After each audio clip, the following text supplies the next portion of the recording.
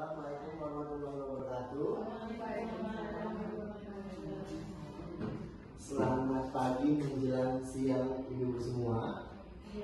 Oke, jadi terima kasih atas waktu dan kesempatannya. Di sini saya mau berbagi pengalaman saya setelah atau beberapa bulan ini saya mengikuti guru penggerak. Saya mau berbagi praktik baik mengenai budaya positif.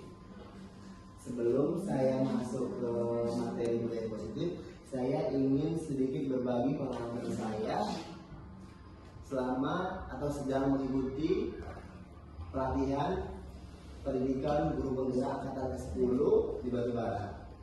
Jadi pengalamannya yang pertama adalah saya merasakan ada sedikit perubahan yang saya dapatkan selama mengikuti pendidikan guru penggerak.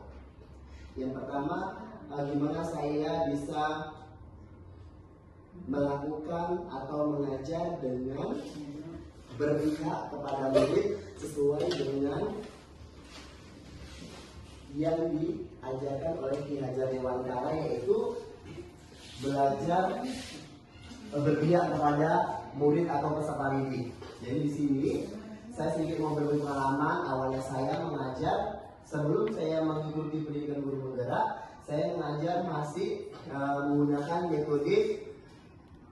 metode yang biasanya memang saya lakukan, yaitu metode teacher center, di mana saya sebagai seorang guru saya harus atau menyesuaikan dengan kemauan saya mengajar, keinginan saya saat mengajar. Padahal sebenarnya seorang guru itu harus dapat mengajar dengan teacher center atau berpihak kepada murid atau peserta didik. Jadi saya sedikit-sedikit berusaha untuk memperbaiki diri atau memperbaiki saya untuk melakukan pengajaran yang lebih baik lagi ke depannya. Dimana pengalaman-pengalaman saya mengikuti guru penggerak inilah yang akan saya terapkan atau saya berikan, berbagi kepada ibu semua. Untuk kedepannya sama-sama kita menjadi guru yang lebih baik lagi, terutama diri saya sendiri. Saya ingin menjadi guru yang kedepannya menjadi guru yang lebih baik, lebih dapat memahami peserta didik saya. Kemudian di sini ada konsep-konsep kunci dalam modul budaya positif, yaitu ada bagian dari psikologi dan pendidikan yang sangat relevan dalam memahami bagaimana manusia belajar, bertindak, dan berkembang. Saya sedikit banyak bisa memberikan gambaran umum tentang bagaimana konsep-konsep ini berdampak dalam kehidupan sehari-hari, terutama di sekolah kita ini semua ya.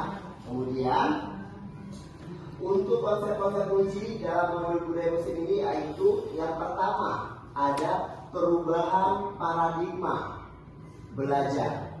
Kemudian ada disiplin positif.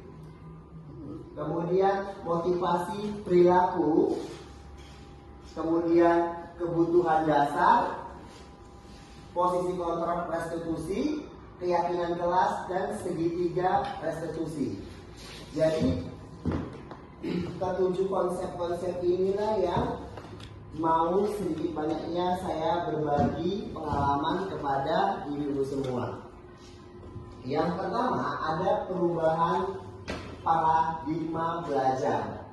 Jadi di sekolah mengadopsi pendekatan pembelajaran berbasis proyek, di mana pesan ini tidak hanya mempelajari teori tetapi juga menerapkan dalam proyek-proyek nyata dalam kehidupan sehari-hari, terutama di sekolah. Jadi dalam pendekatan ini kesalahan dianggap sebagai kesempatan untuk belajar dan peserta didik dorong untuk mencoba hal-hal baru tanpa takut gagal. Jadi di sini ibu semua, peserta didik itu boleh melakukan kesalahan, tetapi itu adalah kesempatan untuk belajar, atau kesalahan yang dilakukan itu cukup sekali untuk dapat memperbaiki kedepannya, tidak melakukan kesalahan itu lagi. Kemudian yang kedua ada disiplin positif. Jadi di sini guru menggunakan pendekatan disiplin positif di kelasnya dengan memberikan penghargaan kepada peserta didik yang berperilaku baik seperti ujian verbal atau pengakuan di depan kelas. Kemudian selain itu, ketika peserta didik melakukan kesalahan, guru mengambil kesempatan untuk mengajarkan konsekuensinya dan tindakan mereka bukan hanya memberikan hukuman. Nah, di sini seorang guru dan murid, ketika murid yang melakukan kesalahan, seorang guru dapat memberikan atau mengajarkan konsekuensinya apa yang dilakukan murid itu ketika murid itu melakukan kesalahan. Jadi kita sebagai seorang guru dapat melakukan kesempatan itu untuk mengajarkan konsekuensinya dan tindakan mereka, bukan hanya memberikan hukuman semata. Jadi di sini. Kemudian yang ketiga ada motivasi perilaku manusia. Jadi di sini menyediakan program pengembangan yang memperhatikan kebutuhan dan aspirasi individu. Mereka memberikan kesempatan bagi guru untuk mengambil bagian dalam proyek-proyek yang sesuai dengan minat dan tujuan karir mereka. Yang meningkatkan motivasi dan keterlibatan. Nah, di sini kita memberikan motivasi untuk menjadi lebih baik lagi ke depannya. Kemudian yang keempat ada kebutuhan dasar konsep. Ini merujuk pada kebutuhan fundamental yang perlu dipenuhi untuk memastikan kesejahteraan individu seperti kebutuhan akan keamanan, kasih sayang, penghargaan dan aktualisasi diri sesuai dengan kriteria kebutuhan Maslow. Kemudian menyediakan layanan bagi tunawisma yang tidak hanya mencakup makanan dan tempat tinggal sementara, tetapi juga dukungan emosional dan pelatihan keterampilan untuk membantu mereka mendapatkan kembali rasa keamanan, kasih sayang dan harga diri.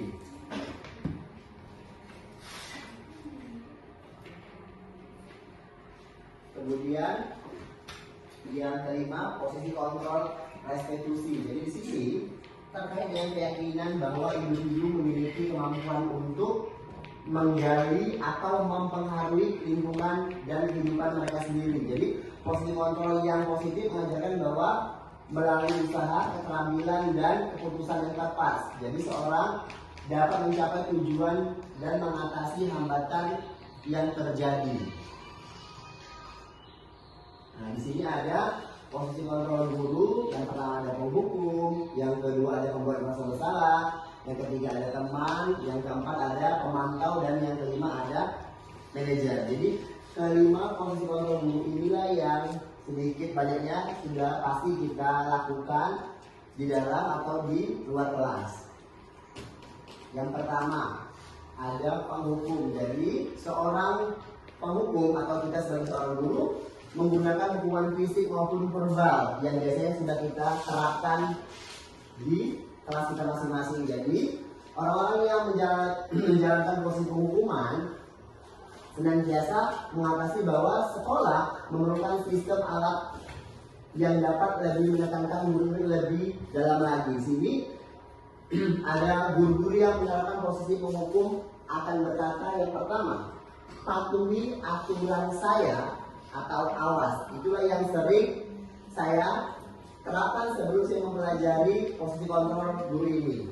Kemudian ada kamu selalu saja salah. Itulah salah satu kata yang kita ucapkan ketika peserta didik kita melakukan kesalahan.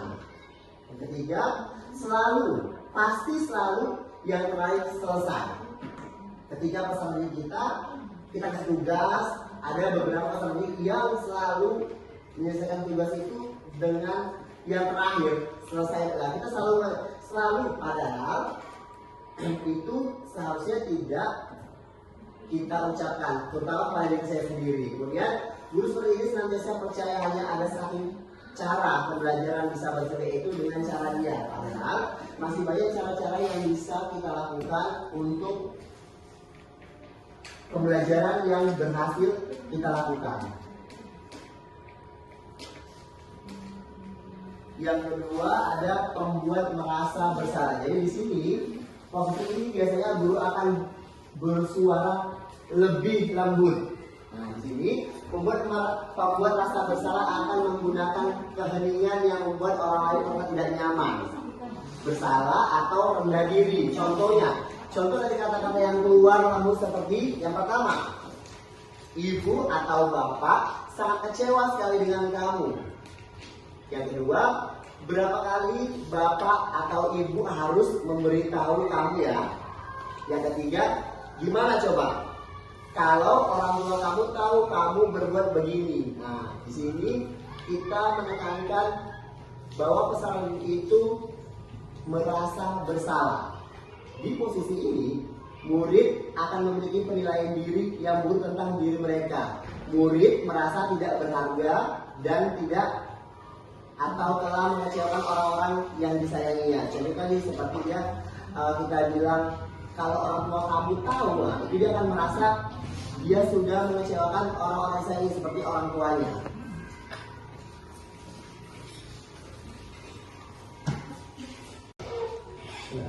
Yang ketiga yaitu sebagai teman.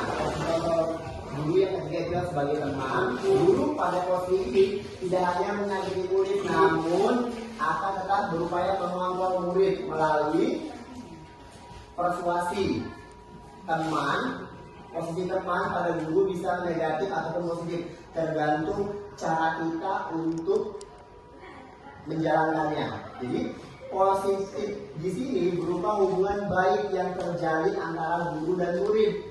Nah, jadi guru di posisi teman menggunakan hubungan baik atau humor untuk mempengaruhi seseorang. Mereka akan berkata yang pertama, ayo bantulah demi bapak ya, atau demi ibu ya.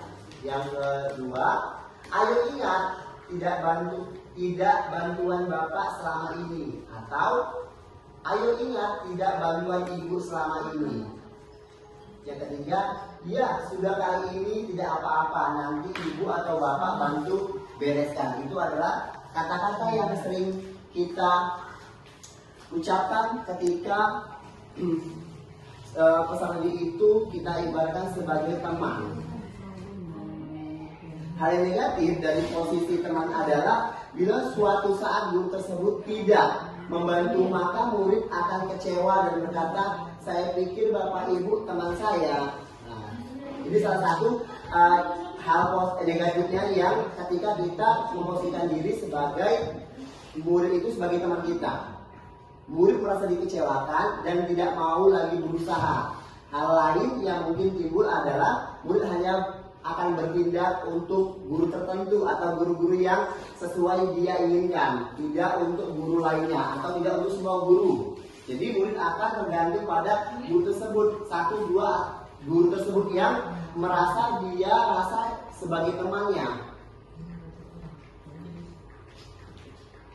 Yang keempat yaitu pemantau. Di sini memantau berarti mengawasi. Kita sebagai seorang guru mengawasi peserta didik kita. Pada saat kita mengawasi, kita bertanggung jawab atas perilaku orang-orang yang kita awasi, yaitu peserta didik kita. Jadi posisi pemantau ini berdasarkan pada peraturan dan konsekuensinya dengan menggunakan sanksi atau konsekuensi. Kita dapat memisahkan hubungan pribadi kita dengan murid.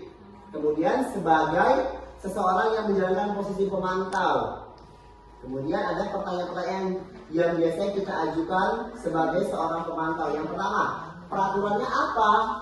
Yang kedua, apa yang telah kamu lakukan? Yang ketiga, sanksi atau konsekuensinya apa?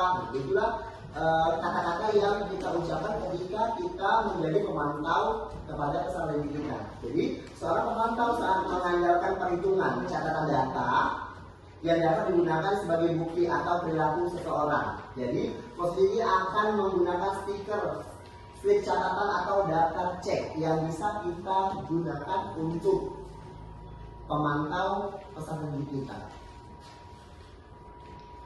Dan yang terakhir ada posisi kontrol guru, yaitu manajer. Jadi di sini manajer adalah posisi di mana guru berbuat sesuatu bersama dengan murid, mempersilakan murid untuk mempertanggungjawabkan perilakunya, mendukung murid agar dapat menemukan solusi atau permasalahannya sendiri.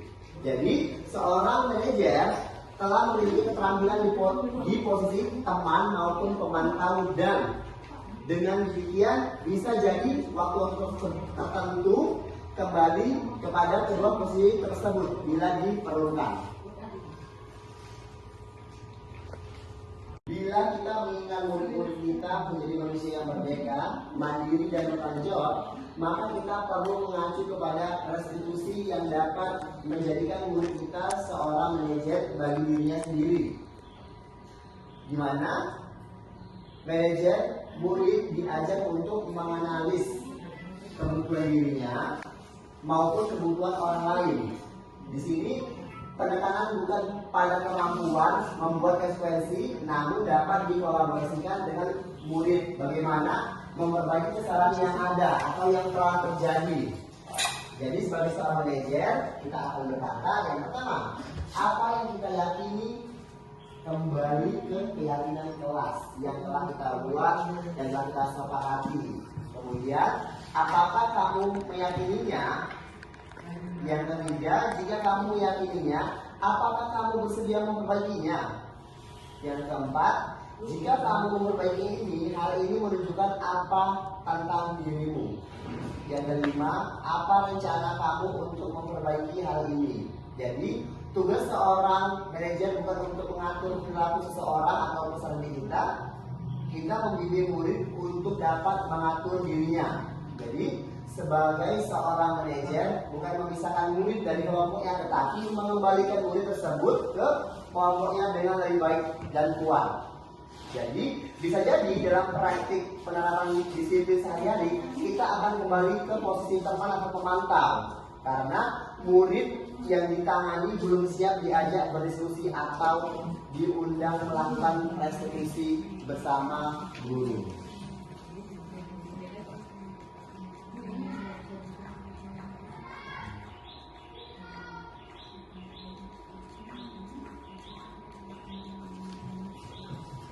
Kemudian ini ada ciri-ciri restitusi. Yang pertama,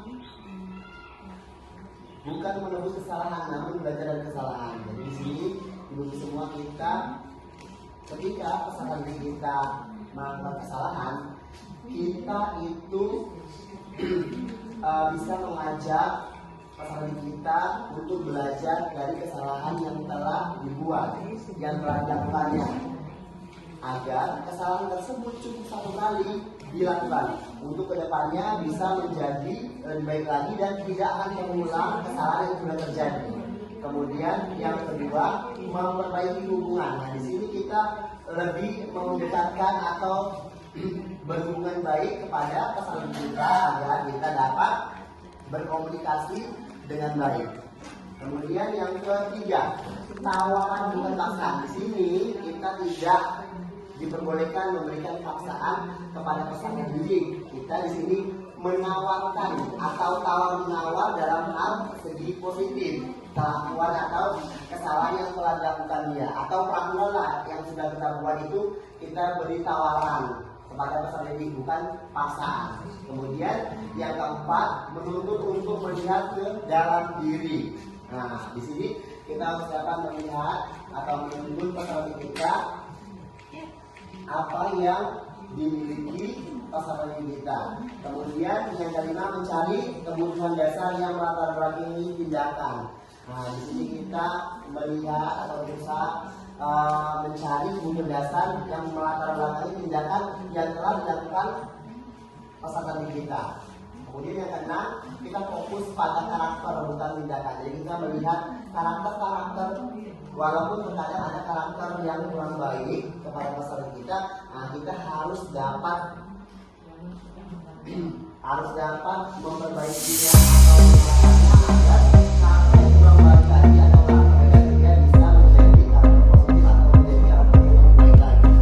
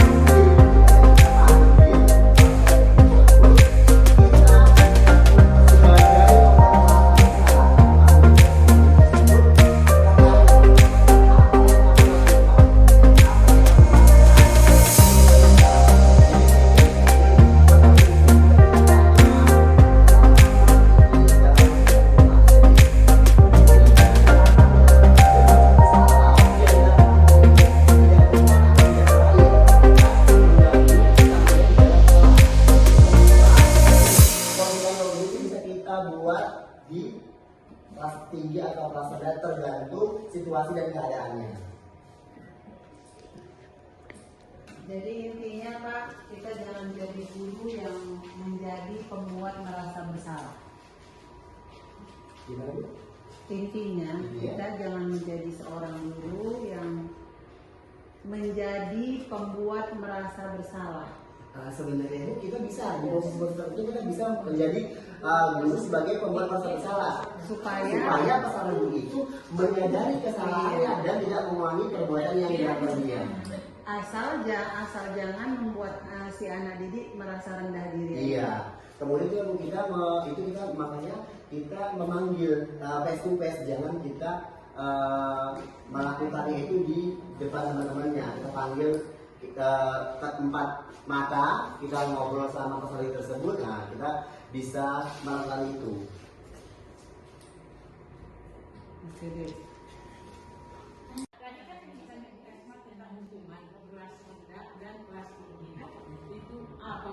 Bagaimana perbedaannya?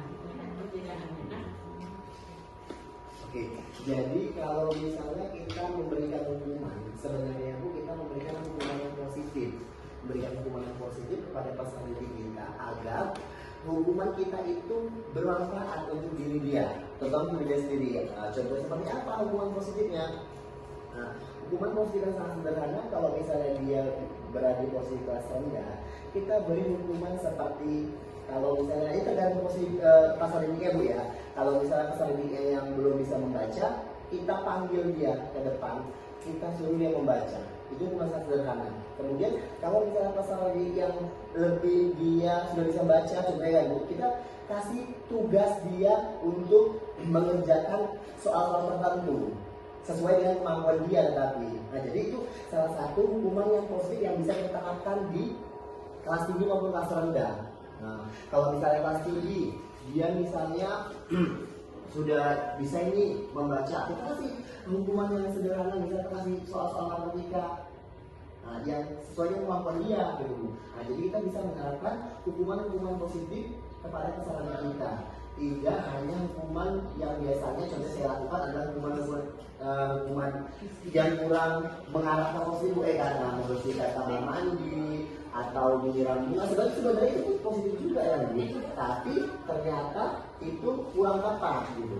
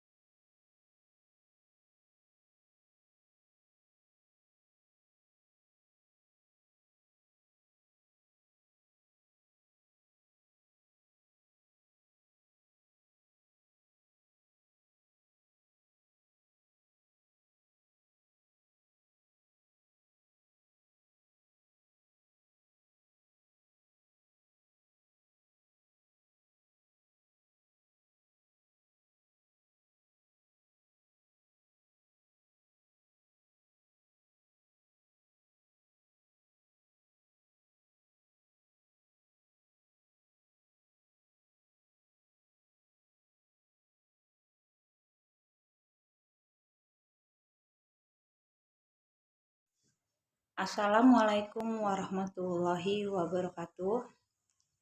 Nama saya Nurul Widya Astuti, SPDI.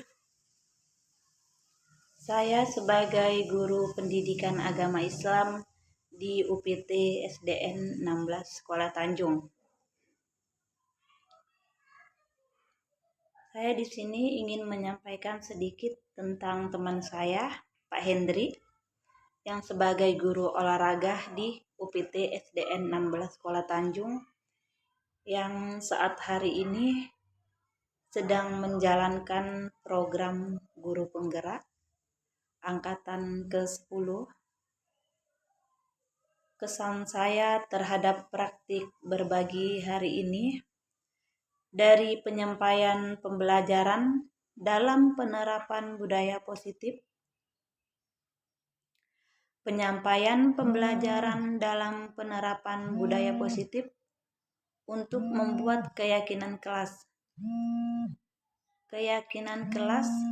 yang merupakan pernyataan universal yang dalam bentuk kalimat positif dengan kesepakatan yang mudah diingat dan dipahami oleh semua warga kelas.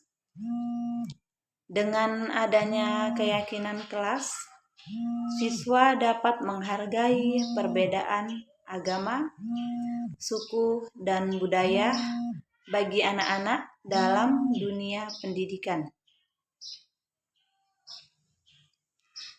Salah satu mewujudkan tujuan pendidikan yang berorientasi kepada nilai luhur Pancasila dalam profil pelajar Pancasila. Terima kasih Pak Hendri.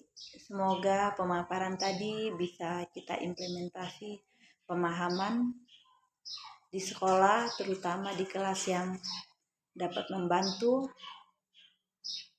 murid belajar dengan aman dan nyaman dan saling mengasihi sesama siswa yang ada di sekolah ini sesuai filosofi Ki Hajar Dewantara.